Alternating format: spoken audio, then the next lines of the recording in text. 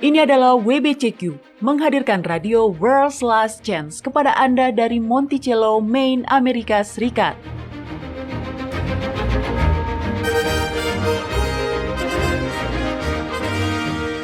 Kerinduan hati dari setiap orang Kristen selama 2000 tahun adalah melihat Sang Juru Selamat kembali dan mendirikan sebuah kerajaan kekal di atas bumi. Peristiwa-peristiwa yang terjadi di dunia mengungkap bahwa hal itu akan segera terjadi.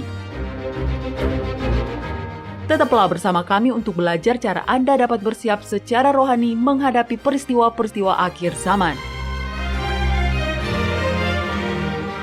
Radio WLC mempersiapkan orang untuk hidup dalam kerajaan Yahwa di bumi yang akan ditegakkan saat Kristus kembali.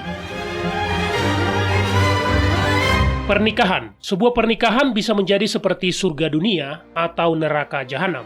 Dalam beberapa tahun terakhir, norma-norma dan harapan-harapan masyarakat di seluruh dunia telah berubah sehingga pernikahan itu sendiri turut berubah. Sejujurnya, ada yang menjadi lebih baik, tetapi tidak selalu. Ada juga yang sebaliknya. Bahkan di negara-negara Kristen, tingkat perceraian telah meningkat dan masih terus meningkat. Banyak orang percaya yang menjadi khawatir pada fakta bahwa perubahan nilai-nilai di dalam masyarakat telah berdampak pada pernikahan. Jadi, hari ini, para pendengar, saya meminta Doni Alexander untuk berdiskusi dengan kita tentang apa yang Alkitab katakan tentang pernikahan. Doni? Ya, baik. Sebelum kita masuk ke topik ini, saya ingin mengakui fakta bahwa WLC adalah sebuah pelayanan yang mencakup seluruh dunia. Artikel-artikel kita tersedia dalam lebih dari 30 bahasa, dan kita menyiarkan radio ini dalam 9 bahasa. Saya mengatakan ini karena budaya kita mempengaruhi pandangan kita tentang pernikahan, dan kita menyiarkan siaran ini ke banyak budaya yang berbeda. Karena itu, Alkitab sendiri memberi fokus pada pernikahan dalam kaitannya dengan isu-isu pada masa di mana bagian Alkitab tersebut ditulis. Maksud Anda apa, Doni? Nah, Mario, tolong ambil kamus tua Anda terbitan tahun 1828 itu. Saya perhatikan Anda sudah tidak pernah membacanya lagi akhir-akhir ini, karena Anda bahkan sudah tidak membawanya pulang. Saya pikir itu lebih mudah, Doni. Anda kan sering meminta saya mencari kata-kata di dalamnya. Jadi, ya, lebih baik jika saya tinggal di studio sementara ini. Oke, saya suka definisi-definisi yang ada di dalam kamus itu, Mario. Jadi, tolonglah cari kata perkawinan di situ, dan bacalah bagaimana definisinya. Baiklah, di sini dikatakan perkawinan. Tindakan menyatukan seorang pria dan seorang wanita seumur hidup. Ikatan perkawinan. Persatuan yang sah antara seorang laki-laki dan seorang perempuan seumur hidup. Anda ingin saya membaca semuanya, Doni? Ada lagi? Tidak banyak sebenarnya. Baiklah. Silakan baca semuanya, Mario. Perkawinan adalah suatu perjanjian baik sipil maupun agama, di mana para pihak terikat untuk hidup bersama dalam kasih sayang dan kesetiaan satu sama lain, sampai kematian memisahkan mereka. Perkawinan ditetapkan oleh Tuhan sendiri dengan tujuan untuk mencegah hubungan seks bebas, untuk meningkatkan kebahagiaan rumah tangga, dan untuk menjaga pemeliharaan dan pendidikan anak-anak. Oke, jadi itulah definisi standar tentang pernikahan dalam kekristenan dari kamus yang diterbitkan 200 tahun yang lalu itu. Sekarang, tergantung pada budaya Anda. Definisi itu mungkin berbeda. Misalnya, inilah definisi yang tercantum dalam edisi kelima dari Kamus Bahasa Inggris, The American Heritage Dictionary. Oke, Mario, silakan dibacakan. Perkawinan, persatuan yang sah antara seorang pria dan seorang wanita sebagai suami dan istri, dan di beberapa peraturan hukum, antara dua orang berjenis kelamin yang sama. Persatuan ini biasanya menyertakan peraturan terkait kewajiban hukum masing-masing orang kepada pasangannya. Jadi, apakah Anda melihat bagaimana definisi dari pernikahan ini telah berubah? Amerika Serikat melegalkan pernikahan sesama jenis pada tahun 2015. Perubahan ini sebenarnya dimulai pada tahun 2001, ketika Belanda menjadi negara pertama yang melegalkan pernikahan sesama jenis. Sekarang, bahkan beberapa negara yang cukup rohani seperti Kolombia, Brasil, dan Argentina telah melegalkan pernikahan semacam itu. Namun jelas, ada banyak negara di mana pernikahan sejenis bukan hanya masih tetap ilegal, tetapi pelanggarnya juga akan didakwa dengan hukuman mati. Jadi, hari ini kita tidak akan membahas rincian dari definisi pernikahan modern dan apa yang legal atau tidak legal secara hukum modern. Melainkan kita akan berfokus hanya pada apa yang Alkitab katakan tentang pernikahan. Ya, banyak orang Kristen mendefinisikan pernikahan sebagai penyatuan antara satu pria dengan satu wanita. Apakah Anda setuju bahwa begitulah cara kitab suci mendefinisikannya, Doni? Ingat, Alkitab bukanlah sebuah kamus. Isinya bukan berupa penjabaran. Bukan. Jadi kita harus melihat apa yang Alkitab katakan. Dan di dalam Alkitab tercakup dua aspek pernikahan, yaitu bentuk dari pernikahan yang pertama dan variasinya yang serong pada zaman Alkitab, yaitu poligami. Nah, Mario, Anda tahu, saat ini praktek poligami bukanlah sesuatu yang sudah dianggap ketinggalan zaman. Ya, ada beberapa orang yang berpikir seperti itu pada zaman sekarang. Tapi Anda juga bisa melihat bahwa masih ada negara-negara di mana poligami itu legal. Iya, saya ingat kakek saya pernah berkata bahwa laki-laki membutuhkan kelembutan dan pengaruh positif yang halus dari seorang perempuan yang baik, serta bantuan dalam urusan kehidupan. Dia berkata bahwa Yahwa menciptakan perempuan di bumi dengan tujuan untuk membuat laki-laki bahagia. Apakah Anda setuju, Doni? Ya, tentu saja Yahwa menginginkan kebahagiaan semua makhluknya. Tetapi, dengan segala hormat kepada kakek Anda, saya pikir itu adalah sudut pandang yang agak berpusat pada sifat egois. Tapi saya senang Anda mengangkatnya, karena itu sebenarnya masih merupakan pandangan yang umum dipegang di kalangan orang-orang yang berpikiran kuno. Tapi apakah itu benar? Jika satu-satunya alasan mengapa seorang wanita diciptakan hanyalah untuk membuat pria bahagia, maka itu akan melemahkan peran perempuan. Ketika keinginan alamiah kita yang egois dan telah jatuh muncul, maka perempuan akan mulai dipandang sebagai objek. Dan dengan begitu, perempuan direndahkan dari keadaan aslinya sebagaimana Yahwa menjadikannya. Dan dia dijadikan sebagai... Manusia diciptakan untuk menguasai bumi, dan dalam menjalankan kekuasaan itu, manusia akan mengungkapkan aspek-aspek dari karakter ilahi. Nah, para wanita mengungkapkan aspek yang berbeda dari yang diungkapkan oleh para pria. Tetapi keduanya penting dan dibutuhkan. Mario, tolong buka kitab Kejadian pasal 1 dan bacakan untuk kita tujuan yang dinyatakan Yahwa dalam menciptakan manusia. Itu ada di ayat 26 sampai ayat 28. Apa yang dikatakan di situ? Berfirmanlah Elohim, baiklah kita menjadikan manusia menurut gambar dan rupa kita, supaya mereka berkuasa atas ikan-ikan di laut, dan burung-burung di udara, dan atas ternak, dan atas seluruh bumi, dan atas segala binatang melata yang merayap di bumi. Maka Elohim menciptakan manusia itu menurut gambarnya, menurut gambar Elohim diciptakannya dia, laki-laki dan perempuan diciptakannya mereka. Elohim memberkati mereka, lalu Elohim berfirman kepada mereka, beranak cuculah dan bertambah banyak, penuhilah bumi dan taklukkanlah itu, berkuasalah atas ikan-ikan di laut dan burung-burung di udara, dan atas segala binatang yang merayap di bumi. Kata yang di sini diterjemahkan ke dalam bahasa Indonesia sebagai manusia di dalam kalimat, baiklah kita menjadikan manusia menurut gambar dan rupa kita, berasal dari kata Ibrani, Adam. Nah, itu berarti... Tunggu, coba ulangi, Doni. Kata manusia berasal dari kata Ibrani, Adam, dan secara sederhana berarti manusia atau umat manusia. Dan ya, itu adalah kata yang sama persis yang digunakan untuk menyebut orang pertama dari spesies kita, Adam. Tetapi poin yang ingin saya sampaikan adalah, meskipun kata yang sama digunakan sebagai nama Adam, kata itu sendiri mengacu pada kedua jenis kelamin. Jadi kata ini tidak hanya mengacu pada kaum laki-laki dari spesies ini. Jadi sangat penting untuk dicatat dalam ayat 27 bahwa manusia atau umat manusia diciptakan menurut gambar Yahwa dan itu termasuk perempuan. Coba Anda baca lagi ayat tersebut. Dan kali ini, alih-alih menggunakan kata manusia, coba gunakan kata umat manusia. Karena itulah arti sebenarnya dari kata itu. Oke, silakan. Ayat 27 saja, Mario. Berfirmanlah Elohim, baiklah kita menjadikan umat manusia menurut gambar dan rupa kita, supaya mereka berkuasa atas ikan-ikan di laut dan burung-burung di udara dan atas ternak dan atas seluruh bumi dan atas segala binatang melata yang merayap di bumi. Maka Elohim menciptakan umat manusia itu menurut gambarnya. Menurut gambar Elohim diciptakannya umat manusia itu. Laki-laki dan perempuan diciptakannya mereka. Jadi umat manusia diciptakan menurut gambar Yahwa, baik laki-laki maupun perempuan. Keduanya diciptakan menurut gambar dan rupa Yahwa. Jadi maksud Anda adalah, tentu Yahwa bermaksud menciptakan Hawa untuk membuat Adam bahagia, sama seperti dia bermaksud agar Adam membuat Hawa bahagia. Tetapi tujuan utama dari penciptaan keduanya adalah untuk mengungkapkan diri Yahwa sendiri. Karena hal pertama yang dia katakan adalah, baiklah kita menjadikan umat manusia menurut gambar dan rupa kita. Kemudian setelah itu, umat manusia diberikan kekuasaan atas bumi. Ya, tepat sekali. Pernyataan bahwa mereka diciptakan menurut gambar dan rupa Elohim adalah lebih dari sekedar pengungkapan sebuah rancangan. Itu adalah sebuah pernyataan tujuan. Mereka berdua menyatakan atau mengungkap Yahwa karena keduanya diciptakan menurut gambar dan rupa ilahi. Nah, kita tahu bagaimana kisah yang terjadi di dalam kitab Kejadian pasal 2. Yahwa membuat semua jenis binatang datang kepada Adam agar Adam memberi nama kepada mereka. Dan Adam menyadari bahwa semua hewan itu berpasang-pasangan. Adam pun bertanya-tanya, jika semua binatang ini punya pasangan, lalu di mana pasangannya? Oke, mari kita baca kitab Kejadian pasal 2 ayat 21 sampai 24. Lalu Elohim Yahwa membuat manusia itu tidur nyenyak. Ketika dia tidur, Elohim Yahwa mengambil salah satu rusuk daripadanya, lalu menutup tempat itu dengan daging. Dan dari rusuk yang diambil Elohim Yahwa dari manusia itu, dibangunnyalah seorang perempuan, lalu di bawahnya kepada manusia itu. Tunggu sebentar, saya potong dulu. Oke. Kata yang diterjemahkan tulang rusuk berasal dari kata Ibrani, Selah. Nah, kata ini berarti melengkung dan mengacu pada penyangga, seperti papan, siku-siku, balok, atau papan kayu. Jadi, itu seperti tulang rusuk? Iya, bisa jadi. Saya juga pernah mendengar bahwa kata ini bisa mengacu pada DNA. Ya, saya rasa dengan ilmu sains modern yang kita pelajari, itu lebih masuk akal.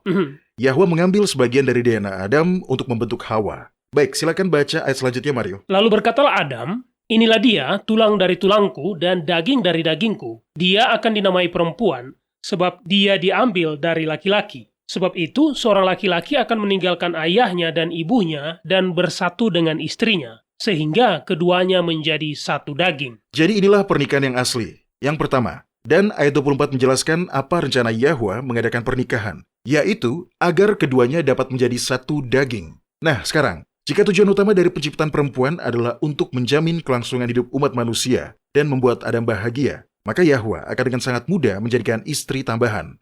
Kita kemudian akan membaca kisah tentang Adam dan Hawa dan Fitri. Atau Adam dan Hawa dan Fitri dan Dewi dan Cindy. Iya, kenapa tidak? Jika dia dapat membuat satu istri, dia dapat membuat 2 atau 3 atau 10. Tapi lihatlah, Yahwa menginginkan kebahagiaan kita. Dan dia tahu bahwa pernikahan poligami dan hubungan poligami bukanlah untuk kepentingan terbaik kita. Bahkan dalam budaya di mana hal ini sudah menjadi norma, kita bisa melihat ada rasa sakit hati, perasaan terhianati, kecemburuan, perebutan supremasi. Hal ini tidak kondusif untuk kebahagiaan. Ya, tidak hanya itu, tetapi pada umumnya ada dinamika kekuatan yang tidak seimbang yang terlibat, yang umumnya berpihak pada laki-laki, Doni. Iya, dalam budaya di mana poligami diterima, dinamika kekuasaan hampir secara universal berpihak pada laki-laki. Tapi bahkan dalam hubungan poligami, seringkali terdapat dinamika kekuasaan yang tidak setara. Saya secara pribadi mengenal satu pasangan di mana sang istri ingin memiliki pernikahan yang terbuka dan sang suami tidak begitu menyukainya. Dia mengikuti hal tersebut untuk membuat istrinya bahagia. Tapi jujur saja, hal ini hanya membuat mereka sengsara. Alasannya sederhana, hal ini tidak sesuai dengan rencana awal Yahwa untuk pernikahan di mana keduanya akan menjadi satu daging. Oke, saya paham maksud Anda dan saya setuju. Saya mendengar ada yang mengganjal di sana, Mario. Apa yang tidak Anda setujui? Sepertinya kitab Kejadian pasal 2 ayat 18 terdengar seperti Hawa diciptakan untuk Adam. Saya mengerti mengapa Anda mengatakan hal itu seolah-olah merendahkan Hawa, tetapi baiklah, dengarkan ini. Di sini dikatakan, berfirmanlah Yahwa Elohim, tidak baik kalau manusia itu seorang diri saja. Aku akan menjadikan seorang penolong yang sepadan dengan dia. Baiklah, biar saya bacakan dalam terjemahan yang sedikit berbeda. Kedua terjemahan yang ada ini sudah benar, tetapi Anda akan melihat penekanannya sedikit berbeda. Yang ini berbunyi, berfirmanlah Elohim Yahwa, tidak baik kalau manusia itu seorang diri saja. Aku akan menjadikan untuknya seorang penolong yang sepadan dengan dia. Jadi versi Anda mengatakan bahwa tidak baik bagi laki-laki jika dia sendirian. Versi ini mengatakan bahwa tidak baik bagi manusia jika dia sendirian. Cukup mirip dan saya akui bahwa jika kita membacanya sepintas lalu, kedua terjemahan ini tampaknya mengatakan bahwa perempuan diciptakan untuk menjadi penolong bagi laki-laki. Namun versi kedua sebenarnya lebih mendekati aslinya, karena penggunaan kata manusia di sini tidak hanya mengacu pada laki-laki. Kata yang diterjemahkan manusia di sini adalah kata yang sama yang biasa diterjemahkan sebagai umat manusia atau ras manusia. Ya, itu berasal dari kata Adam, yang sama seperti yang kita sudah bahas tadi, ya kan? Iya, kata ini bernomor 120 dalam Kamus Konkordansi Strong. Jadi ayat ini sebenarnya mengatakan tidak baik bagi umat manusia untuk menjadi seorang diri. Dan saat itulah, Yahwa menciptakan manusia kedua menurut gambar dan rupa sang pencipta. Dan manusia ini adalah seorang perempuan. Sekarang mari kita beralih ke kitab Efesus pasal 5. Ini adalah ayat yang sering disalahpahami, sering disalahgunakan, dan dikutip di luar konteksnya. Yang jika dilihat sekilas, tampaknya mendukung keyakinan turun-temurun bahwa perempuan itu memiliki kelas yang lebih rendah dari laki-laki. Tapi sebenarnya bukan itu yang dikatakan oleh ayat itu. Kitab Efesus pasal 5. Mari kita mulai dengan ayat 22. Ketika Anda membaca ayat ini, saya ingin Anda memperhatikan berapa banyak istri yang dimiliki oleh seorang pria. Hai istri, tunduklah kepada suamimu seperti kepada Tuhan, karena suami adalah kepala istri, sama seperti Kristus adalah kepala jemaat. Dialah yang menyelamatkan tubuh. Karena itu, sebagaimana jemaat tunduk kepada Kristus, demikian jugalah istri kepada suami dalam segala sesuatu. Hai suami, kasihilah istrimu sebagaimana Kristus telah mengasihi jemaat dan telah menyerahkan dirinya baginya untuk menguduskannya, sesudah dia menyucikannya dengan memandikannya dengan air dan firman, supaya dengan demikian dia menempatkan jemaat di hadapan dirinya dengan cemerlang, tanpa cacat atau kerut, atau yang serupa itu, tetapi supaya jemaat kudus dan tidak bercela. Demikian juga suami harus mengasihi istrinya, sama seperti tubuhnya sendiri. Siapa yang mengasihi istrinya, mengasihi dirinya sendiri. Nah, dampak dari kesalahan penafsiran ayat ini telah menyebabkan banyak rasa sakit dan ketidakbahagiaan dalam banyak pernikahan. Berbeda dari sangkaan kebanyakan orang, ayat ini sebenarnya tidak menempatkan seorang suami pada posisi di mana dia menjadi pemerintah istrinya. Ayat ini perlu dipahami berdasarkan konteks dari ayat yang mendahuluinya. Oke Mario, kembali ke atas sedikit dan baca ayat 21. Apa yang dikatakan di situ? Rendahkanlah dirimu seorang kepada yang lain di dalam takut akan Kristus. Rendahkanlah atau tundukkanlah dirimu seorang kepada yang lain. Ini adalah konteks di mana kita harus menafsirkan ayat selanjutnya dari pasal ini. Tetapi ayat ini cukup jarang dikutip. Iya, ada sejumlah orang Kristen yang sangat tulus dan taat yang percaya bahwa hanya para istri yang harus tunduk, Doni. Saya teringat istri saya beberapa tahun yang lalu saat dia menjadi anggota forum online dari para istri dan ibu-ibu. Dan salah satu hal yang sering didiskusikan dalam kegiatan mereka adalah pergumulan yang dialami oleh para perempuan untuk tunduk dalam tanda kutip seperti yang mereka pahami kepada suami mereka. Bagaimana mereka mendefinisikan ketundukan? Nah, yang mengejutkan, banyak dari mereka yang percaya bahwa ayat-ayat tadi mengajarkan ketaatan yang mutlak pada suami mereka. Istri harus melakukan apa yang diperintahkan oleh suaminya, termasuk menaati suaminya meskipun apa yang diminta oleh suaminya itu adalah salah secara moral dan bahkan melanggar hukum. Benarkah? Ya, begitulah. Jadi beberapa perempuan tampil dan berbagi bagaimana mereka merasakan konflik yang dalam. Bagaimana mereka bisa taat atau tunduk kepada suami mereka ketika apa yang diminta oleh suami mereka adalah hal yang salah. Dan perempuan-perempuan yang lain akan mengatakan kepada para istri yang malang ini untuk tetap tunduk dan taat karena mereka beralasan bahwa Yahwa akan meminta pertanggungjawaban suami mereka atas dosa-dosa para istri jika para istri berdosa ketika menaati suami mereka. Tetapi intinya sebagai istri, mereka tetap harus taat. Wow, itu bahkan tidak sesuai dengan Alkitab. Mario tolong bacakan kitab Yehezkiel pasal 14 ayat 20 untuk kita. Ini adalah sebuah prinsip yang sangat penting untuk dijelaskan. Saya senang hari ini Anda meminta untuk membahas tentang pernikahan yang Alkitabiah, karena jika ada satu orang saja di luar sana yang berpikir bahwa istri harus menaati suami mereka, meskipun apa yang diminta oleh suami itu salah, Anda perlu mendengar ayat ini. Kitab Yehezkiel pasal 14 ayat 20. Dan biarpun Nuh, Daniel, dan Ayub berada di tengah-tengahnya, demi aku yang hidup, demikianlah firman Adonai Yahwa, mereka tidak akan menyelamatkan baik anak laki-laki maupun anak perempuan, melainkan mereka akan menyelamatkan hanya nyawanya sendiri karena kebenaran mereka. Yahwa tidak mengharapkan siapapun, termasuk para istri, untuk menyerahkan atau menundukkan pikiran dan kemampuan berpikir mereka kepada orang lain, baik itu pada suami atau bahkan pada pendeta. Kita semua bertanggung jawab kepada Yahwa untuk diri kita sendiri. Ya, itu penekanan yang bagus, Doni. Dan tentu saja, setiap istri pasti ingin melihat suaminya mencintainya. Jadi, suaminya ini kemudian akan mendapatkan bagian yang mudah. Karena suaminya hanya perlu mencintai dia, tetapi istrinya ini, sebagaimana yang mereka yakini, selain mencintai suaminya, dia juga harus menundukkan keinginannya kepada suaminya itu. Nah, dan Anda tahu, para suami harus mengasihi istri mereka, sama seperti Kristus mengasihi jemaat. Bagaimana Kristus mengasihi jemaat? Dia menyerahkan dirinya untuk jemaatnya. Ya, dengan kata lain, dia mati untuk menjamin kebebasan memilih. Tanpa pengorbanan Kristus, tidak seorang pun dari kita dapat memilih untuk diselamatkan. Kebebasan kita untuk memilih telah dirampas pada saat kejatuhan Adam ke dalam dosa, dan pikiran serta kehendak kita telah dikuasai oleh iblis sejak dari saat itu. Tetapi dengan kasih yang besar yang dimiliki Yahuswa bagi kita, dia mati sehingga kebebasan kita untuk memilih kembali dijamin. Begitulah seharusnya para suami mengasihi istrinya. Jangan memaksakan kehendak Anda pada istri Anda, melainkan rela mati untuk melindungi kebebasan istri dalam memilih. Itulah yang dimaksud dengan mengasihi istri Anda. Sama seperti Kristus telah mengasihi jemaat dan menyerahkan dirinya baginya. Karena begitulah Kristus mengasihi jemaat. Setanlah yang menuntut pemaksaan kehendak, bukan Yahwa. Dan itu juga tidak sesuai dengan prinsip-prinsipnya.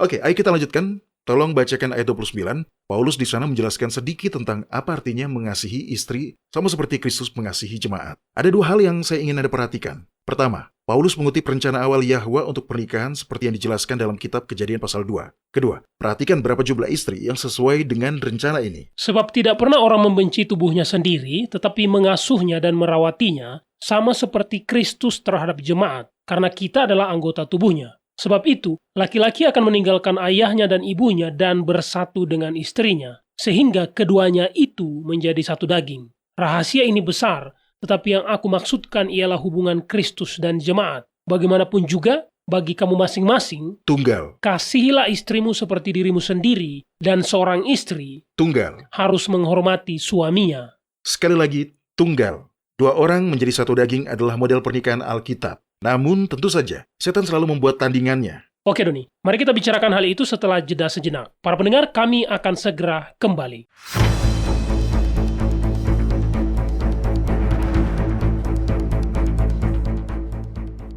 Anda mendengarkan radio World's Last Chance di WBCQ, yang mengudara pada gelombang 31 meter di frekuensi 9330 kHz. Radio World's Last Chance mempersiapkan orang untuk menyambut Sang Juru Selamat yang segera kembali.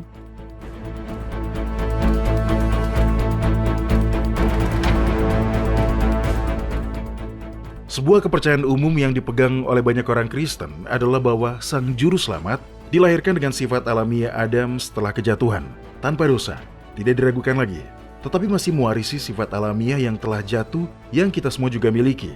Orang-orang lain mencoba mengajarkan ajaran bahwa alasan mengapa Kristus bisa hidup tanpa dosa adalah karena ibunya dikandung tanpa noda. Terang baru yang ditemukan bersinar dari kitab Roma mengungkapkan fakta mengejutkan bahwa Yahuswa sebenarnya dilahirkan dengan sifat alamiah yang dimiliki Adam sebelum Adam berdosa. Faktanya adalah mustahil bagi Sang Juru Selamat untuk mengambil atau mengenakan sifat alamiah Adam setelah kejatuhan. Ini adalah sebuah doktrin yang sangat penting untuk diperbaiki karena efek riak dari pemahaman yang salah memiliki dampak negatif yang sangat luas pada orang-orang percaya. Untuk mempelajari lebih lanjut tentang kebenaran mendalam yang baru ditemukan kembali ini, carilah program radio kami yang sudah tayang yang berjudul Kebenaran Baru yang Mengejutkan dari Kitab Roma. Anda dapat mendengarkan program-program Radio WLC di situs web kami dan juga di channel YouTube kami. Sekali lagi, program itu berjudul Kebenaran Baru yang Mengejutkan dari Kitab Roma. Ini adalah salah satu program yang tidak boleh Anda lewatkan. Oke Doni, tadi Anda mengatakan bahwa setan memiliki tandingan dari model pernikahan Alkitab. Nah, menurut saya tandingan ini yang terdapat di dalam Alkitab adalah poligami, ya kan? Iya, dan dari mana praktek ini berasal mengungkap banyak hal tentang hati terdalam dari mereka yang menginginkan penyimpangan ini. Karena sebenarnya poligami adalah penyimpangan dari rencana ilahi. Buka kitab Kejadian pasal 4. Ini adalah contoh poligami pertama yang tercatat dalam kitab suci. Jadi, sudah dimulai cukup awal ya sebenarnya? Iya dan tidak. Dari sudut pandang kita, iya. Namun poligami ini tidak tiba-tiba muncul. Pria pertama yang mengambil lebih dari satu istri adalah cicit Adam. Secara total itu terjadi setelah 7 generasi. Jadi pada 7 generasi pertama, semua orang masih monogami. Menarik. Jadi bahkan Kain dan keturunan langsungnya telah mengerti bahwa pernikahan itu adalah antara 2 orang. Bukan 3 atau 5 atau lebih. Iya benar. Oke, sekarang tolong baca ayat 19 dari kitab Kejadian 4, apa yang dikatakan di situ, Mario? Lamek mengambil istri 2 orang, yang satu namanya Ada dan yang lain Sila. Lamek adalah pelaku poligami pertama yang tercatat. Sekarang mari kita baca apa yang terjadi pada kehidupannya. Sebagai apa dia dikenal? Ayat 23 dan 24. Berkatalah Lamek kepada kedua istrinya itu, Ada dan Sila, dengarkanlah suaraku. Hai istri-istri Lamek, pasanglah telingamu kepada perkataanku ini. Aku telah membunuh seorang laki-laki karena dia melukai aku. Membunuh seorang muda karena dia memukul aku sampai bengkak. Sebab jika Kain harus dibalaskan 7 kali lipat, maka Lamek 77 kali lipat. Jadi Lamek yang berpoligami tidak hanya seorang pezina, tetapi juga seorang pembunuh. Nah, tolong diingat, ini bukan Lamek keturunan dari Set, yang merupakan ayah Nuh. Lamek yang ini berasal dari keturunan Kain. Ayat 18 mencantumkan garis keturunannya. Dan apa yang membuat Kain terkenal?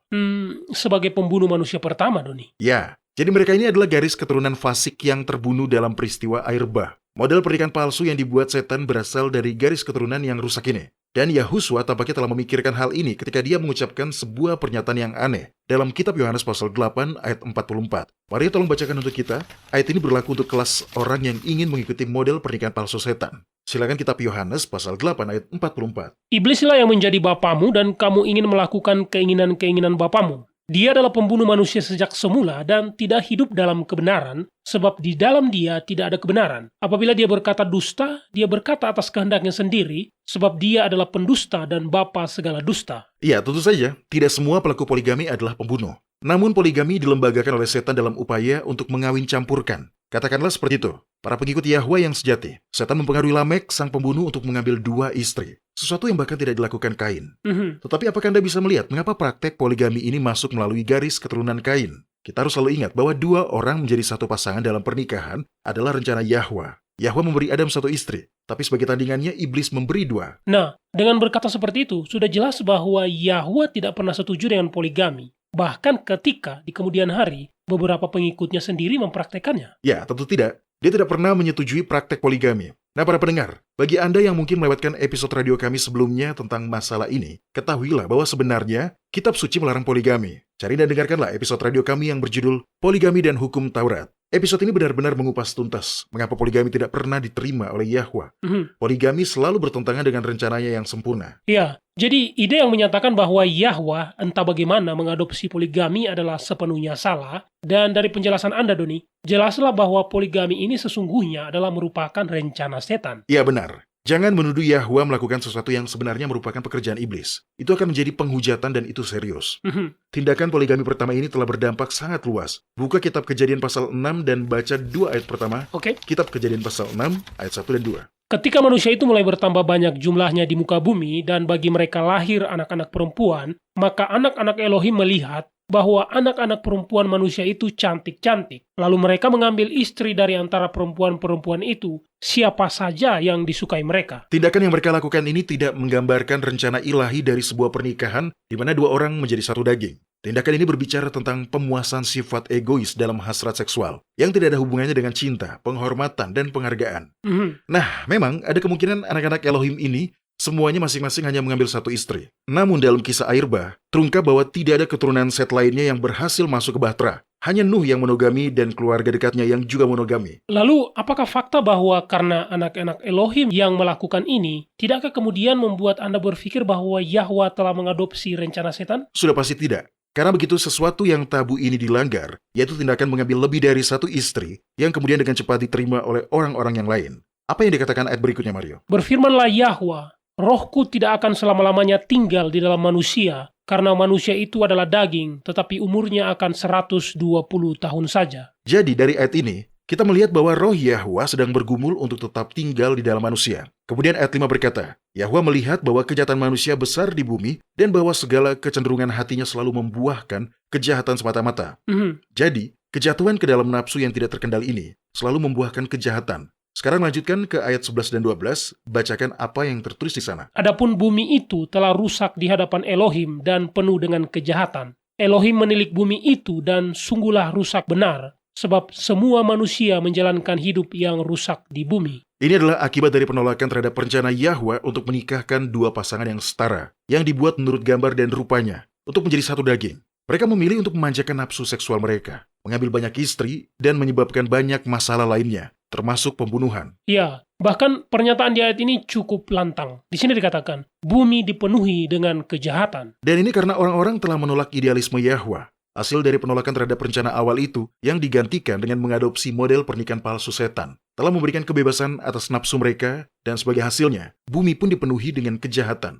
Sekarang yang menarik adalah bahwa ini adalah titik dalam narasi di mana kita pertama kali diperkenalkan kepada Nuh. Baca gambaran tentang Nuh yang tercatat di ayat 9. Nuh adalah seorang yang benar dan tidak bercelah di antara orang-orang sejamannya. Dan Nuh itu hidup bergaul dengan Elohim. Jadi, dia adalah pilihan yang jelas untuk melestarikan kehidupan manusia di bumi. Dia berjalan dengan Yahwa. Dia benar dan tidak bercelah. Dan berapa banyak istri yang dia miliki? Baca kitab Kejadian pasal 7 ayat 13. Pada hari itu juga masuklah Nuh serta Sem, Ham dan Yafet, anak-anak Nuh dan istri Nuh, dan ketiga istri anak-anaknya bersama-sama dengan dia ke dalam bahtera itu. Jadi Nuh hanya punya satu istri. Masing-masing dari putranya juga hanya memiliki satu istri. Oke, tapi kita tahu dari pasal-pasal selanjutnya bahwa Ham tidak hidup dalam kebenaran sama seperti ayah dan saudara-saudaranya, Doni. Bagaimana kita tahu bahwa Nuh atau salah satu putranya sebenarnya tidak memiliki lebih dari satu istri, hanya saja istri lain mereka itu, jika memang ada, juga ikut binasa di dalam air bah? Itu pertanyaan yang bagus dan jawabannya adalah karena kitab suci sebenarnya mengatakan demikian. Kembali ke kitab Kejadian pasal 7 ayat 1. Lalu berfirmanlah Yahwa kepada Nuh, masuklah ke dalam bahtera itu, engkau dan seisi rumahmu, sebab engkaulah yang kulihat benar di hadapanku di antara orang zaman ini. Kitab suci mengatakan banyak tentang karakter Nuh. Kitab Kejadian pasal 6 ayat 9. Dia adalah orang yang benar dan tidak bercela di antara orang-orang sezamannya. Dia hidup bergaul dengan Yahwa. Kitab Kejadian pasal 7 ayat 13. Dia memiliki satu istri, dan masing-masing dari ketiga putranya hanya memiliki satu istri. Begitulah rencana Yahwa dari sejak awal. Sekarang kita tahu bahwa setelah air bah, dosa dengan cepat menyebar lagi. Sekali lagi, setan mencoba untuk memutarbalikkan tujuan dari model pernikahan versi Yahwa. Dan poligami juga dengan cepat diperhatikan kembali. Maksud saya, coba Anda hitung, Sem itu hidup lebih lama dari Abraham. Jadi, izinkan saya menanyakan ini kepada Anda. Mengapa Yahwa memilih sebagai nenek moyang Mesias seseorang yang memiliki lebih dari satu istri? Ya, jelas. Abraham memiliki lebih dari satu istri, Doni. Tapi awalnya dia tidak begitu. Buka kitab Kejadian pasal 12 ayat 5 dan baca apa yang dikatakan tentang Abraham ketika dia berusia 75 tahun, di mana untuk pertama kalinya dia menjawab panggilan Yahwa. Kitab Kejadian pasal 12 ayat 5. Abram membawa Sarai istrinya dan Lot anak saudaranya dan segala harta benda yang didapat mereka dan orang-orang yang diperoleh mereka di Haran. Mereka berangkat ke tanah Kanaan, lalu sampai di situ. Barulah kemudian bertahun-tahun kemudian, Abraham dan Sarai tersandung ke dalam dosa seperti yang kita semua lakukan. Mencoba untuk membantu memenuhi rencana Yahwa. Mereka mungkin beralasan bahwa Yahwa telah menjanjikan kepada Abraham seorang putra. Tapi Sarai tidak disebutkan dalam janji itu. Jadi mereka memutuskan untuk dalam tanda kutip membantu rencana itu. Mario, apa yang dikatakan di kitab Kejadian pasal 16 ayat 3? Jadi Sarai, istri Abram itu, mengambil Hagar, hambanya, orang Mesir itu, yakni ketika Abram telah 10 tahun tinggal di tanah Kanaan, lalu memberikannya kepada Abram, suaminya, dan menjadi istrinya. Sekarang inilah yang benar-benar menarik. Sarai tidak pernah menyebut Hagar sebagai istri Abram. Dia memanggilnya pelayanku. Dan ketika dia benar-benar marah, wanita budak ini, tetapi tidak pernah lagi sebagai istri Abram. Abram sendiri tidak pernah menyebut Hagar sebagai istrinya. Ketika berbicara dengan Sarai, dia menyebut Hagar sebagai hambaku. Lalu ketika Sarai menghukum Hagar dan Hagar melarikan diri, bagaimana malaikat yang menolongnya menyambutnya? Malaikat itu menyebutnya sebagai hamba Sarai. Dan malaikat itu menyuruhnya untuk kembali ke majikannya bukan kepada suaminya. Abraham memang memiliki istri lain, dan namanya adalah Keturah. Namun dia barulah menikahinya setelah kematian Sarah. Jadi mengingat bagaimana Hagar tidak pernah benar-benar diterima atau dipandang sebagai istrinya, mungkin lebih tepat untuk mengatakan bahwa Abram melanggar perintah ketujuh atas dorongan istrinya. Apakah Abraham melakukan kesalahan? Iya, dia tidak sempurna. Tetapi dia memiliki keinginan untuk menghormati Yahwa. Coba buka pasal berikutnya dan bacalah kitab Kejadian pasal 17 ayat 1 untuk kita, Mario. Ketika Abram berumur 99 tahun, maka Yahwa menampakkan diri kepada Abram dan berfirman kepadanya, "Akulah El Shaddai, yang Maha Kuasa. Hiduplah di hadapanku dengan tidak bercela." Sekarang Abram punya pilihan. Dia bisa mengeraskan hatinya, menjadi pribadi yang keras kepala, dengan tetap pada jalannya. Atau dia bisa tunduk pada Yahwa. Mana yang Abraham pilih? Ayat 3. Lalu sujudlah Abraham. Tidak seperti Kain, tidak seperti Lamek. Reaksi Abram sama seperti reaksi Daud. Berabad-abad kemudian, ketika Daud diinsapkan akan dosanya, Benar. Abraham diberkati. Bukan karena dia sempurna, tetapi karena dia rendah hati dan ingin menyenangkan Yahwa. Meskipun terkadang dia masih berdosa. Pada titik inilah, Yahwa mengubah nama Abram menjadi Abraham. Dan catatan kitab suci setelah itu menunjukkan bahwa dia adalah manusia yang telah berubah. Coba buka kitab Kejadian pasal 21. Kita tidak tahu cerita lengkap tentang Hagar dan Ismail. Tapi kita tahu bahwa ketika Ishak disapi, Sarah memergoki Ismail sedang mengejek putranya, dan itu membuatnya marah. Apa yang dikatakan kepada Abraham? Ayat 10. Berkatalah Sarah kepada Abraham, "Usirlah hamba perempuan itu beserta anaknya, sebab anak hamba ini tidak akan menjadi ahli waris bersama-sama dengan anakku Ishak." Permintaan ini benar-benar membuat Abraham kesal. Dia mengasihi Ismail. Jelas sekali, Ismail adalah anaknya. Dia tidak tahu harus berbuat apa. Jadi dia mencari hikmat dari Yahwa untuk mengetahui apa yang harus dilakukan. Dan kita jadi tahu bahwa dia melakukan itu karena Yahwa memberitahu dia apa yang harus dilakukan. Dan instruksi Yahwa kepadanya menggarisbawahi rencananya yang berkelanjutan dalam sebuah pernikahan. 2 menjadi 1, bukan 3 atau lebih. Baca ayat 12. Tetapi Elohim berfirman kepada Abraham, "Janganlah sebal hatimu karena hal anak dan budakmu itu. Dalam segala yang dikatakan Sarah kepadamu, haruslah engkau mendengarkannya, sebab yang akan disebut keturunanmu ialah yang berasal dari Ishak." Yahwa menginginkan keadilan bagi Ismail. Dia berjanji kepada Abraham bahwa Ismail akan menjadi bangsa yang besar juga. Tetapi Yahwa juga tahu bahwa memiliki banyak istri tidak akan menjadi lingkungan yang paling kondusif untuk membesarkan seorang anak perjanjian. Nah, fakta bahwa Yahwa mendukung permintaan Sarah menunjukkan betapa bagi Yahwa, rencana awalnya dalam pernikahan itu sangat penting baginya, Doni. Coba saja Anda hitung, Anda akan mendapati bahwa sudah sekitar 15 tahun berlalu dari sejak Sarah memberitahu Abraham untuk memiliki anak dari Hagar. Sekarang, jika Hagar benar-benar telah menjadi istri Abraham selama bertahun-tahun, jika Yahwa menganggapnya sebagai istri Abraham, apakah Anda benar-benar berpikir Yahwa akan menyuruh Abraham untuk mengusirnya? Ya, tidak. Itu akan menjadi tidak benar. Ya, tidak. Terlebih lagi itu akan bertentangan dengan instruksi yang Yahuswa melalui ilham roh berikan tentang pernikahan. Mari kita baca kitab Matius pasal 19 ayat 4-6. Jawab Yahusua, "Tidakkah kamu baca bahwa Dia yang menciptakan manusia sejak semula menjadikan mereka laki-laki dan perempuan? Dan firman-Nya, sebab itu laki-laki akan meninggalkan ayah dan ibunya dan bersatu dengan istrinya, sehingga keduanya itu menjadi satu daging. Demikianlah mereka bukan lagi dua, melainkan satu. Karena itu, apa yang telah dipersatukan Yahwa tidak boleh diceraikan manusia." Inilah maksud asli sang pencipta dalam pernikahan. Apa yang telah dipersatukannya tidak boleh diceraikan oleh siapapun. Jadi jika Hagar benar-benar istri Abraham dalam persatuan yang disetujui surga, Abraham tidak akan diperintahkan untuk mengusirnya. Ini adalah pelajaran pahit yang harus dialami Abraham. Tetapi itu menciptakan dalam dirinya karakter yang diinginkan Yahwa untuk memimpin garis keturunan yang melaluinya Mesias akan datang. Kitab Kejadian pasal 18 ayat 19 berisi pernyataan yang jelas tentang maksud Yahwa dalam memilih Abraham. Nah, Mario, tolong bacakan untuk kita. Di sini dikatakan, sebab aku telah memilih dia supaya diperintahkannya kepada anak-anaknya dan kepada keturunannya supaya tetap hidup menurut jalan yang ditunjukkan Yahwa dengan melakukan kebenaran dan keadilan dan supaya Yahwa memenuhi kepada Abraham apa yang dijanjikannya kepadanya. Dan terlepas dari kegagalan yang terjadi sebagai manusia yang memiliki sifat alamiah yang telah jatuh, Abraham melakukan hal itu. Ketika tiba waktunya bagi Ishak untuk menikah, apa yang dilakukan Abraham? Kitab Kejadian pasal 24 ayat 1 sampai ayat 4. Adapun Abraham telah tua dan lanjut umurnya, serta diberkati Yahwa dalam segala hal.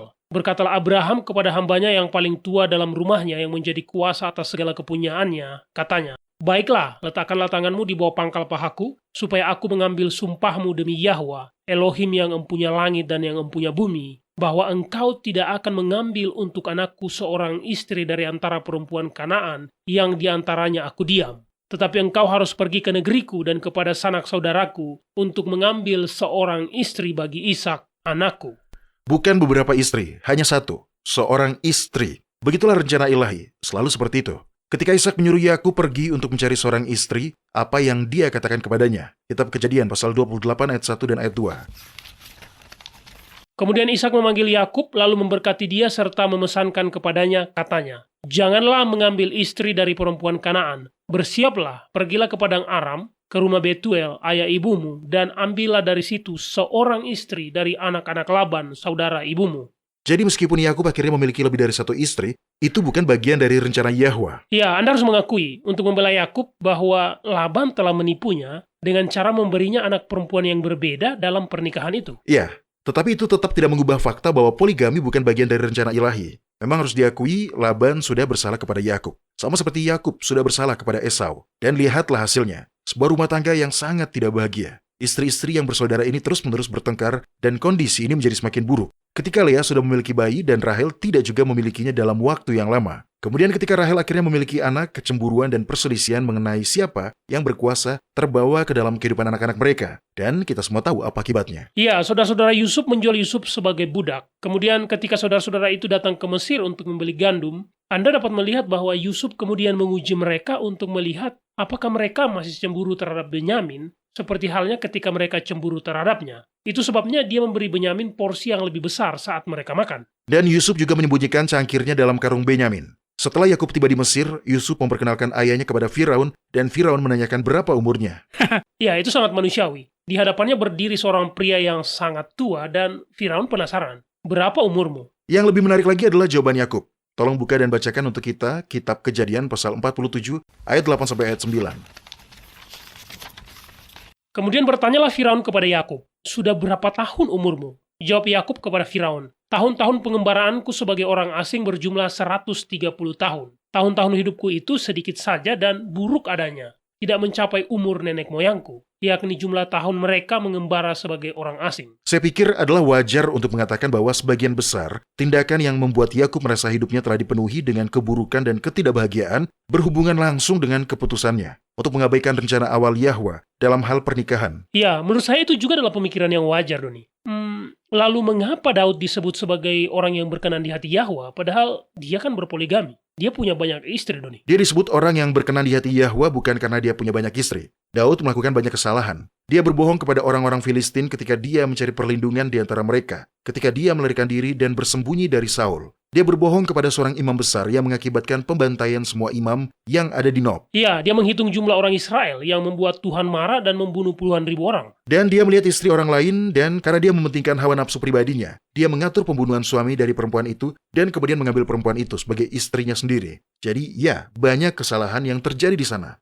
Tapi hal yang berbeda pada Daud adalah bahwa ketika Yahwa menyentuh hatinya, ketika Yahwa mengirim seorang nabi untuk menegur Daud, Daud tidak membuat alasan. Dia tidak membunuh nabi itu. Dia tidak berbohong. Dia bertobat. Dan dia bertobat dengan sepenuh hatinya. Ya, kisah Daud selanjutnya saya pikir akan membuat Anda dapat melihat betapa banyaknya masalah yang terjadi dalam hidupnya karena keputusannya untuk memiliki lebih dari satu istri. Iya, benar sekali. Kematian putra pertamanya yang lahir dari Betsheba secara langsung terkait dengan pembunuhan yang dia lakukan pada Uria, dan pembunuhan yang dilakukan Absalom terhadap salah satu dari saudara tirinya, serta pemberontakan yang dilakukan Absalom kemudian, juga terkait dengan masalah yang timbul dari efek buruk perkawinan poligami.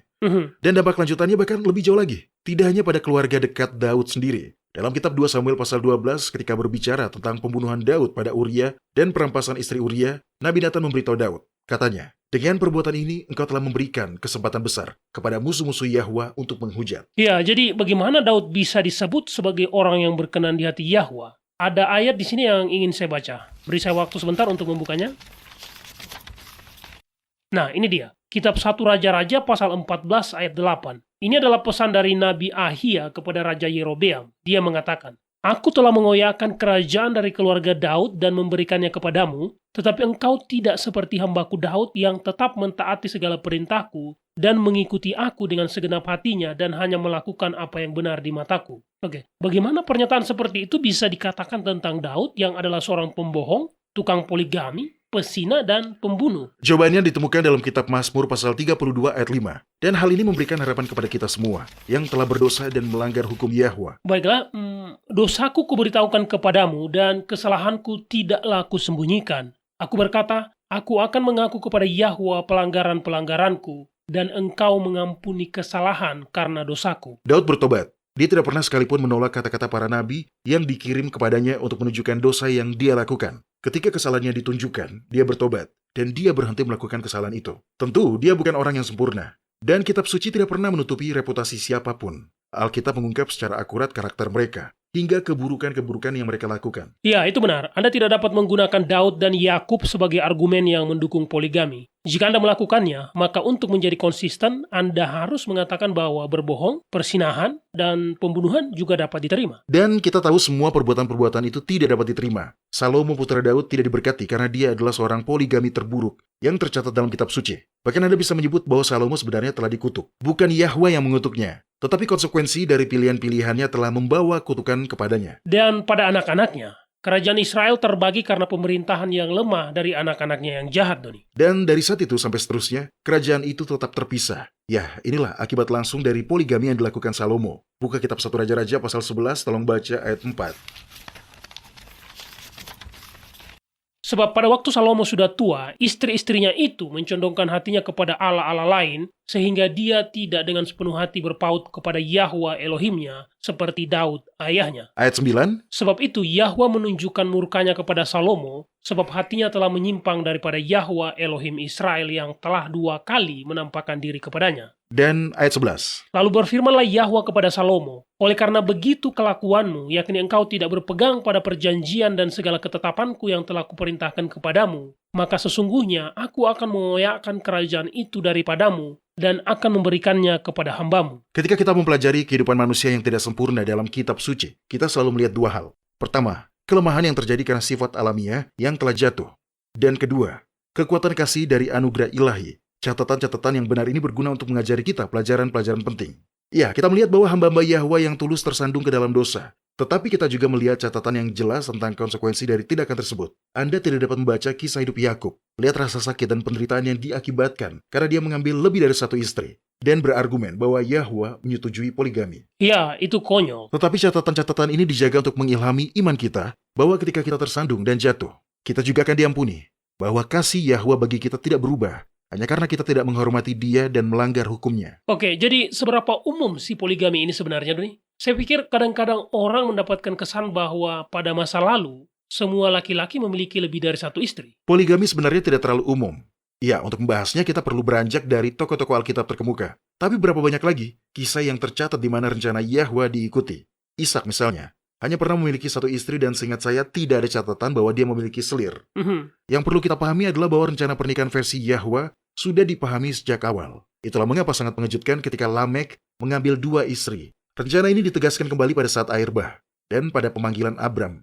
Yahwa tidak pernah menyetujui pernikahan menjadi sesuatu selain apa yang dia tetapkan di Eden. 2 orang menjadi 1 daging. Dan ketika kita melihat kehidupan Yakub, menjadi sangat jelas bahwa 2 tidak bisa menjadi 1 daging. Atau 4, karena istri yang bersaudara ini mencontoh Sarai dengan cara memberikan pelayan mereka kepada Yakub dalam usaha mereka untuk mendapatkan lebih banyak anak darinya. Hal yang mereka lakukan ini hanyalah menyebabkan perselisihan. dan ketidakbahagiaan dan mengubah kehidupan Yakub menjadi kehidupan yang kemudian dia katakan penuh dengan keburukan. Oke, ada beberapa teks yang biasa digunakan untuk mengklaim bahwa Yahwa menyetujui poligami. Saya ingin membacanya dan mungkin Anda bisa mengklarifikasi apa yang sebenarnya dimaksud jika memang Yahwa tidak memberikan persetujuan, Doni. Iya, tentu. Oke, kitab Keluaran pasal 21 ayat 9 dan 10 mengatakan, jika tuannya itu menyediakannya bagi anaknya laki-laki, maka haruslah tuannya itu memperlakukannya seperti anak-anak perempuan berhak diperlakukan.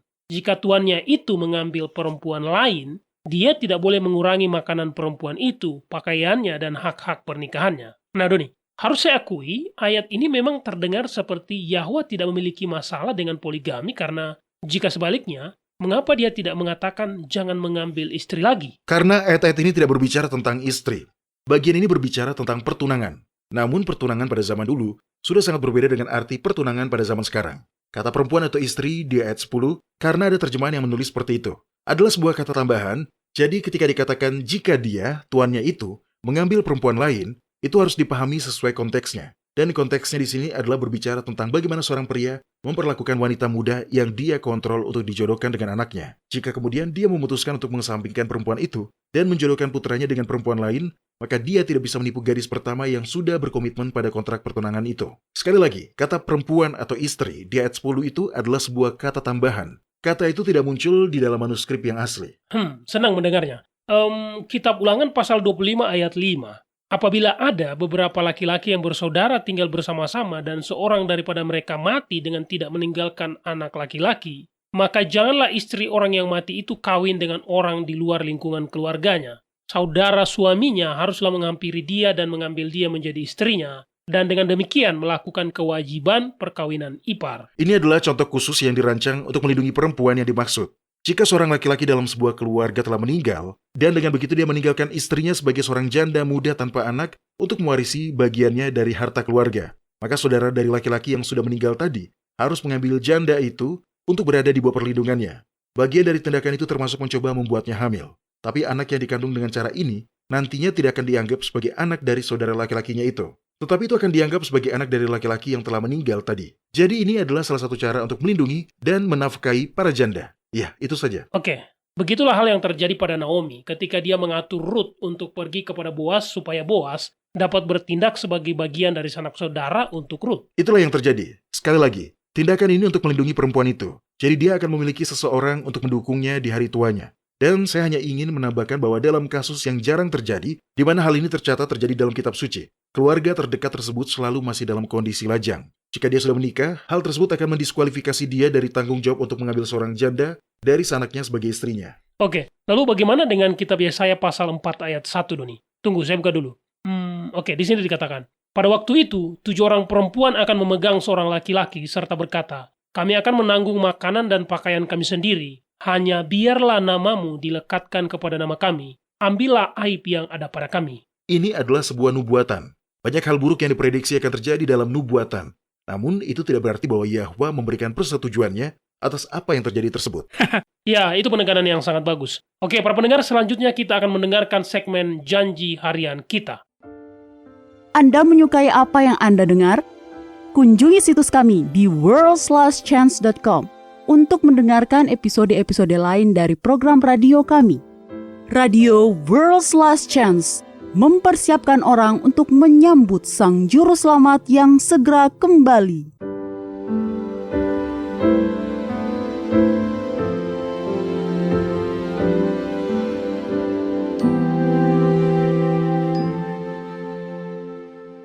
Halo, ini adalah janji harian Anda dari firman Yahwa. Pada tanggal 13 Desember tahun 1937, salah satu pembantaian paling mengerikan dalam sejarah dunia modern terjadi ketika tentara Kekaisaran Jepang berparade menuju ke kota Nanjing, Cina. Selama 6 minggu berikutnya, para tentara dan warga sipil Cina disiksa, diperkosa, dan dibunuh.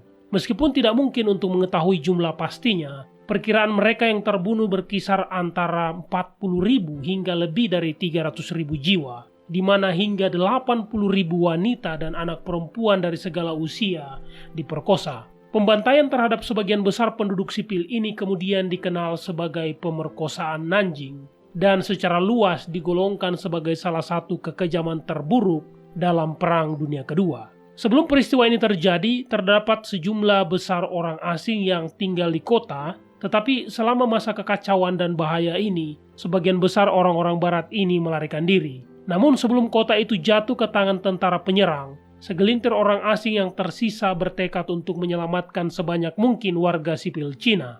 Kelompok ini bukan tentara atau politisi, mereka adalah pengusaha, dokter, beberapa misionaris, dan 5 jurnalis. Orang-orang asing ini membuat sebuah zona aman yang disebut Zona Aman Nanjing dan memilih seorang pria bernama John Rabe untuk memimpin komite baru ini. Dia berusia 55 tahun. Dia berkepala botak dengan kacamata bundar yang membuatnya terlihat sangat sederhana. Bukan seseorang yang Anda pikir dapat membuat banyak perubahan terjadi. Namun Rabe dalam kapasitasnya sebagai kepala komite internasional untuk Zona Aman Nanjing bekerja tanpa lelah untuk membangun tempat yang aman bagi penduduk Tionghoa setempat. Dia memproklamasikan bahwa semua kedutaan asing serta Universitas Nanjing menjadi bagian dari zona aman. Tapi dia tidak berhenti di situ.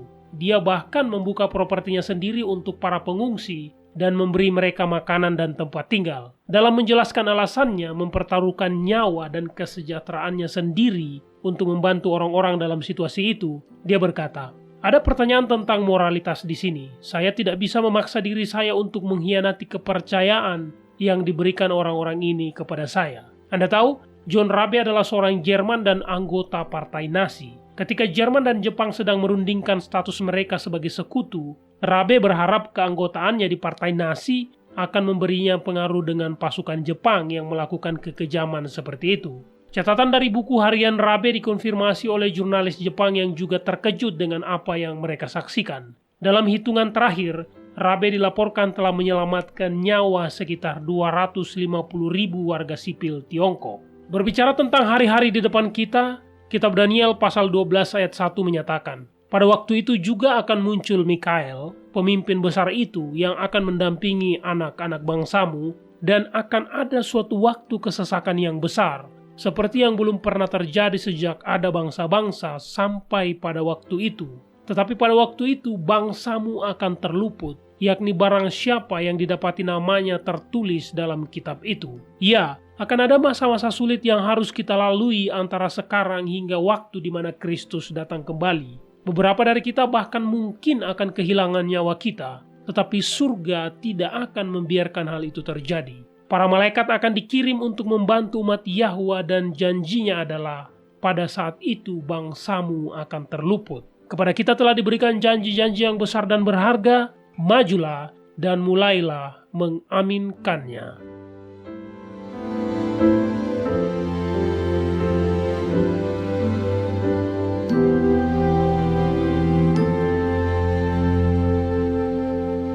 World's Last Chance berdedikasi untuk mempersiapkan orang menyambut Sang Juru Selamat yang segera kembali. Acara siaran radio harian kami tersedia dalam 7 bahasa berbeda dari seluruh dunia dan masih banyak bahasa-bahasa lain lagi yang akan mengudara. Video-video dan artikel-artikel kami telah diterjemahkan ke dalam lebih dari 30 bahasa berbeda. Dan kami tidak hanya fokus pada salah satu poin pengajaran.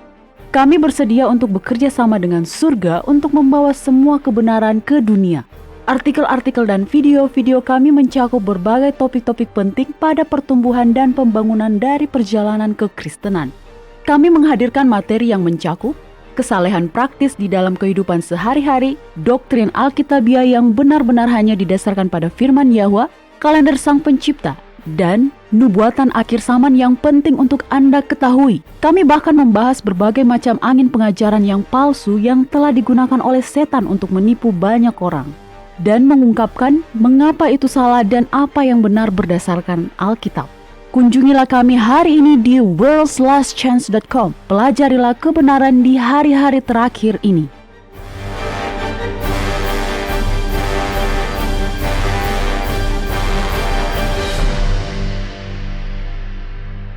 Saya pernah membaca sebuah cerita yang tidak bisa saya lupakan, Doni. Seingat saya, sekitar tahun 1930-an, ada seorang pria yang mobilnya mogok di suatu tempat di Anta Berantah. Dia berdiri di sana, frustasi sambil berpikir apa yang harus dia lakukan, karena saat itu ada mobil lain yang datang dan dari mobil itu keluar merangkak 3 pria tua dan menawarkan bantuan untuk memeriksa dan melihat apakah mereka dapat mengetahui apa yang rusak pada mobilnya. Pemilik mobil itu yakin bahwa jika dia sendiri tidak tahu, maka para kakek tua itu juga tidak akan bisa tahu. Tapi tentu saja tidak ada cara yang sopan untuk mengatakan itu. Jadi dia pun membiarkan mereka berusaha. Yang membuatnya heran adalah orang-orang itu dengan cepat menemukan apa yang rusak dan menjalankan mobilnya kembali. Dia pun mengucapkan terima kasih yang sebesar-besarnya kepada mereka, dan mereka pun memperkenalkan diri kepadanya. Orang-orang tua itu ternyata, yang pertama adalah Thomas Alva Edison, sang penemu itu. Yang kedua adalah Henry Ford, pendiri perusahaan mobil terkenal bernama Ford Motor Company.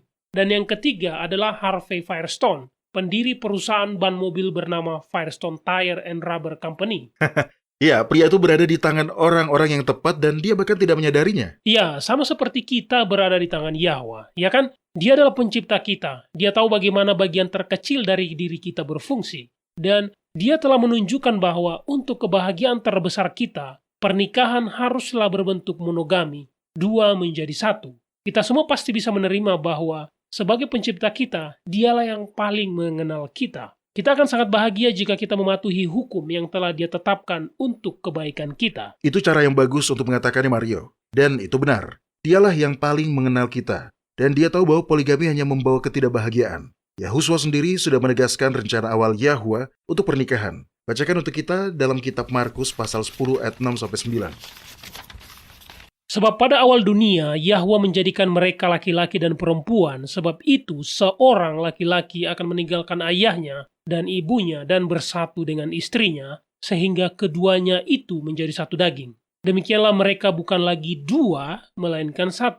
Karena itu apa yang telah dipersatukan Yahwa tidak boleh diceraikan manusia. Dalam kitab 1 Timotius pasal 3, Paulus memberikan instruksi bagi mereka yang akan diangkat menjadi pemimpin gereja. Dia mengatakan, karena itu pemilik jemaat haruslah seorang yang tak bercacat, suami dari 1 istri, dapat menahan diri, bijaksana, sopan, suka memberi tumpangan, cakap mengajar orang. Diaken haruslah suami dari 1 istri dan mengurus anak-anaknya dan keluarganya dengan baik. Jadi monogami sudah menjadi standar dari sejak awal. Jika seorang laki-laki dengan lebih dari 1 istri menerima Injil, dia dan para istrinya harus dirangkul dan diterima ke dalam gereja. Tetapi dia tidak boleh memegang jabatan gereja. Tidak ada satu contoh pun dalam kitab suci yang diilhami Yahwa yang memilih seseorang yang berpoligami untuk mengemban sebuah tugas khusus. Ada beberapa kasus di mana seseorang berpoligami setelah dipilih oleh Yahwa. Tetapi itu pengecualian dan aturannya tidak seperti itu. Ya, dan itu menggarisbawahi fakta bahwa Yahwa itu tetaplah sama baik kemarin, hari ini, dan sampai selama-lamanya. Hukumnya tidak pernah berubah. Baik para pendengar, saya ingin mengucapkan terima kasih telah bergabung dengan kami pada hari ini. Kami berharap Anda dapat bergabung dengan kami lagi besok. Sampai jumpa dan ingatlah, Yahwa mengasihi Anda Dan dia aman untuk dipercaya.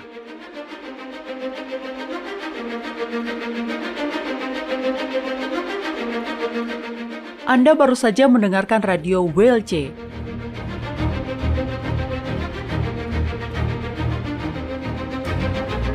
World's Last Chance berkomitmen untuk memberitakan Injil Kerajaan Yahwa kepada dunia. Nubuatan dan peristiwa-peristiwa terbaru mengindikasikan bahwa Sang Juru Selamat sudah akan kembali dalam waktu yang tidak lama lagi. Orang-orang kudus kemudian akan diberikan hidup yang kekal dan Kerajaan Yahwa akan ditegakkan di sini, di bumi ini.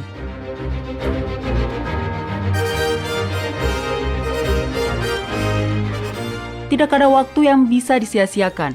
Terimalah anugerah keselamatan hari ini dan izinkan Yahwa menyelimuti Anda dengan kebenaran Kristus.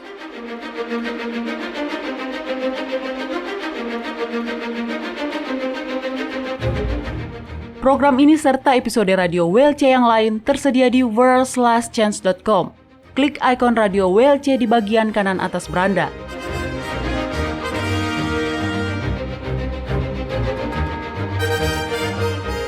Bergabunglah kembali bersama kami besok untuk menerima berbagai pesan kebenaran lain di WBCQ yang mengudara pada gelombang 31 meter di frekuensi 9330 kHz.